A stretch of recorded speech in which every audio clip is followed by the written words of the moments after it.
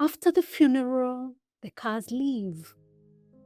The WhatsApp messages slow down, and with time, people start leaving the group. The homestead is quiet. That is when it gets loud. Not on the outside, but the inside. The silence after visitors leave. The ceremony is over. Welcome to Echoes of Widowhood, EP.2, The Invisible Load of Widowhood. Today, we name what is real so we can heal what is real. With Patricia Katharina at Level Up Space. The world does not see it, but she carries it every day. I'm not talking about weakness, but the weight. One of a kind she carries while she's still waking up. She is cooking while she's parenting and showing up daily. Today we center the conversation around naming 3 parts of that load: the social load, emotional load, and psychological load. Is this you? If you're a widow, you're not alone. If this is someone you know and you love, stay with us for her. Echoes of widowhood, the invisible load of widowhood. Social load. A load she carries and the society completely misses. It's about how the world treats her after he's gone. Overnight, she goes from Mrs. to the widow.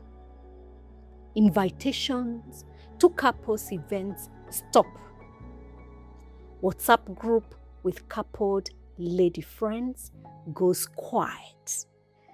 But it is not quiet. They just abandoned that group and opened another group, and she's not part of it. She's openly asked, who will take care of you now? How will you manage the home? Will you be able to educate the children? Interesting. She will face property questions even before the burial dust has settled. Options of our stay in the family are presented. You either face cleansing, be inherited, or leave the home. It is her call against theirs.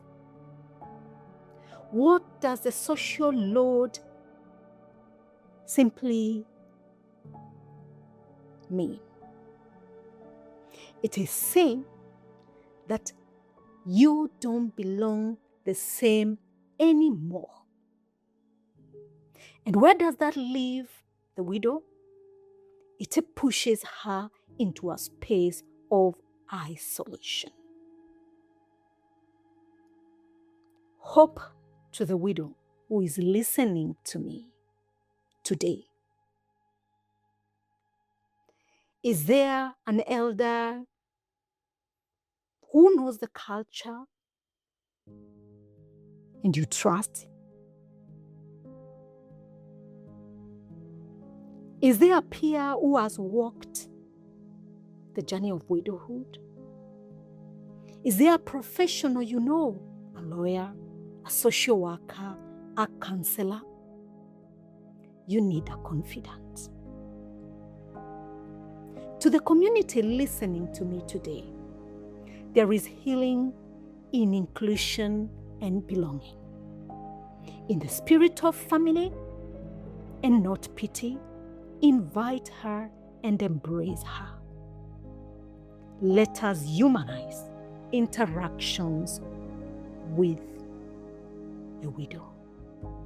Emotional load. This is the hard work, roller coaster of emotions. Grief doesn't come in a straight line. There are good days and bad days. Death can feel like a betrayal. In anger, the widow will ask, why him? Death can feel like negligence or irresponsibility on the part of the widow. In guilt, she asks, could I have done something, or could I have done more? There is fear of safety. There is loneliness. Navigating the weather of emotions while managing the endless logistics of survival and reorganization can be emotionally draining. To the widow listening to me today, don't educate your emotions. Don't civilize your feelings. Being strong does not mean not feeling.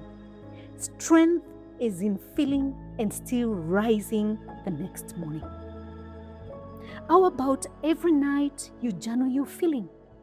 Today, what did you feel? And why did you feel it? For example, today I felt lonely because it was my birthday. The children were not there and I was at the dining table alone, or I watched this movie alone. What you're doing is naming the emotion to stop it from running you, or worse, from tormenting you. That is not wallowing. It is witnessing yourself. And to the dear community listening, telling a woman be strong, or you're a strong woman, that amounts to emotional silencing. It is a way of avoiding taking responsibility over social obligation. The best thing to know or to do is to let her know that you're there. Just tell her, I am here to talk or to sit with you. My call today to the community, humanize your presence with the widow. Psychological load. This is the mind work. She experiences identity crisis. She's now asking, who am I now that we has become I? The mind whispers, I can't, it is too much. Because in partnership, roles and decisions are naturally split. But death, oh death, it brings the entire system collapsing onto one person. Role overload, decision fatigue, vigilance about safety and anxiety about the future. She may be experiencing trauma, probably from how he died to how she was treated by people and family after he left. To the widow listening to me, if you're overwhelmed, take a pause, shrug your shoulders, and take a deep breath. Ask yourself, what is the next one thing I can do and accomplish? Not 10, but one thing. Practice mindful living. Exercise simple shifts of habits, like taking a nature walk, seeking professional help and support, joining a widow's community, taking enough rest. All these will go a long way to relieve you. To the community listening, if you're not going to be of help, just stay out of the way. you will have made a great contribution. Echoes of widowhood, the invisible load of widowhood. What the world doesn't see, she carries daily.